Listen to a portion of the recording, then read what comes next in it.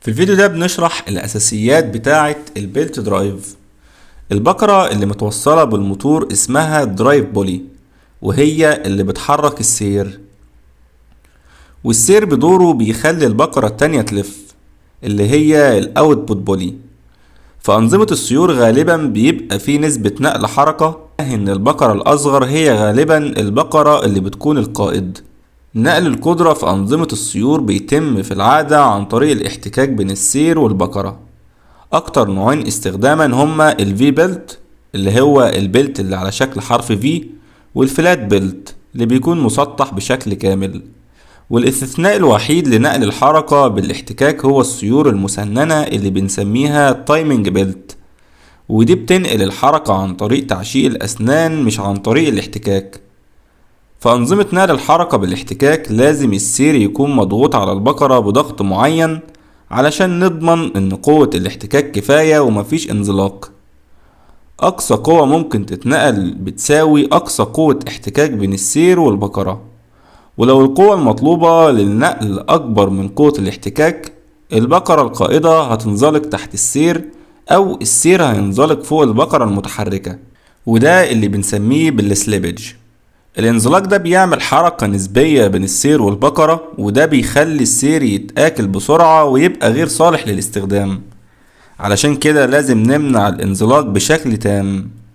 الجزء من السير اللي بيبقى مشدود بقوة ناحية البكرة القائدة وواقع عليه حمل كبير بنسميه تايت سايد، وعلى الناحية التانية من السير بيبعد شوية عن البكرة القائدة وبيكون الحمل عليه أقل، وده بنسميه بالسلاك سايد.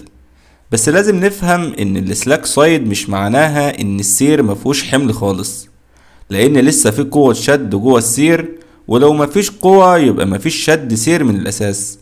شد السير ضروري علشان السير يضغط على البكر ويولد قوة الاحتكاك اللي بتنقل القدرة، وعلشان كده في انظمة شد خاصة بتحافظ على شد السير اثناء التشغيل.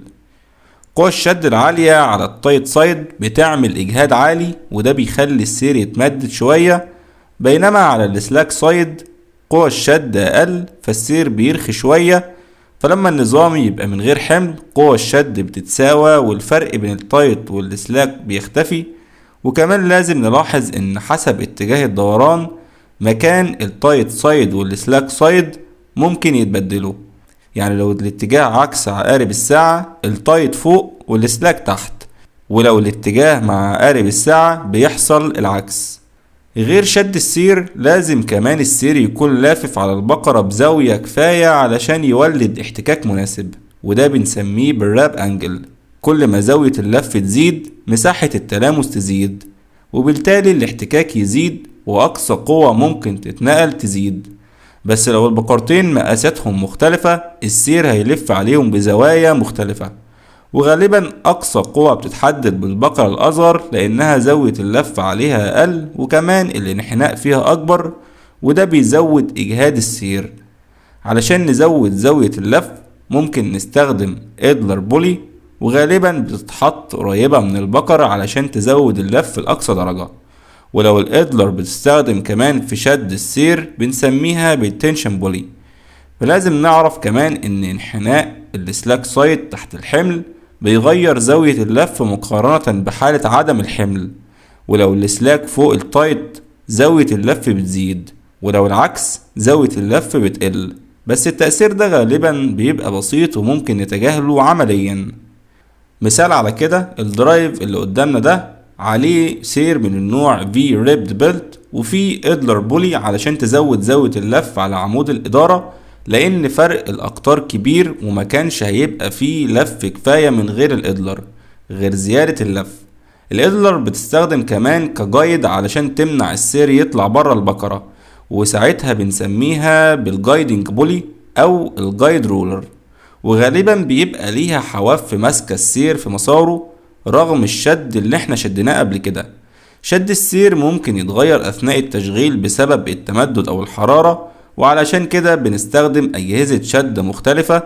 وكمان في الصيانة لازم نفك السير ونرجعه، وده صعب وهو مشدود. فأنظمة الشد مهمة جدا. من طرق الشد اننا نركب البكرة الشدة بشكل اكسنتريك ونلفها لحد ما نوصل للشد المطلوب، أو نستخدم سوست علشان الشد يتظبط بشكل تلقائي مع تغير الحمل، أو نستخدم شدادات هيدروليك علشان تقلل الاهتزاز. وفي طريقة تانية بنظبط شد السير عن طريق تحريك الموتور نفسه على الموتور سلايد بيز أو قاعدة الموتور اللي احنا بنقدر نتحكم فيها، بس الطريقة دي مش ديناميكية، ولو الحمل اتغير لازم نرجع نظبط يدوي. علشان كده في سيلف تايتنج موتور بيز، واللي بيخلي وزن الموتور نفسه بيحافظ على شد شبه ثابت. وبسبب اختلاف قوى الشد السير بيتمدد على التايت سايد وينكمش على السلاك سايد، ولو حطينا علامات على السير وهو مفكوك المسافات بينها هتزيد على التايت سايد وتقل على السلاك سايد. أثناء لف السير حوالين البقر التمدد والانكماش ده بيعمل حركة نسبية، وده اللي بنسميه بالإلاستيك سليب. السير بيجري أسرع من سرعة محيط البقرة المتحركة وأبطأ من سرعة محيط البقرة القائدة، والانزلاق ده مش بيحصل على كل زاوية اللف، لكن في مناطق اسمها سلايدنج زونز والباقي اسمه ادهيشن زونز. معلومة مهمة جدا، نقل القدرة الحقيقي بالاحتكاك بيحصل في السلايدنج زونز مش في الادهيشن زونز. الاسم ممكن يضلل لان في ادهيشن زون السير ملامس للبقرة من غير احتكاك فعلي مؤثر، علشان كده نقل القدرة بيعتمد على معامل الاحتكاك الحركي مش الساكن. الالاستيك سليب مفيش مفر منه بسبب مرونة السير، لكن لازم يبقى قليل علشان ما يسببش تآكل شديد. علشان كده البقر ما ينفعش تبقى خشنة زيادة، لان مع الانزلاق المرن التآكل هيزيد. الالاستيك سليب بيعمل فقد في السرعة وبالتالي فقد في القدرة في حدود 1-2%. قوى الشد نفسها بتفضل ثابتة، والفرق بين شد التايت والسلاك هو اللي بيمثل القوى المحيطية على البقر سواء على الداخل أو الخارج. لكن بما إن السرعات مختلفة القدرة بتقل، كل ما مرونة السير تزيد الفقد بيزيد. في الحالة المثالية من غير انزلاق سرعة وقدرة الدخول تساوي الخروج، لكن ده مش بيحصل عمليا. غير كده في احتكاك في الرمان بلي، وده بنحسبه بكفاءة أقل من 100%.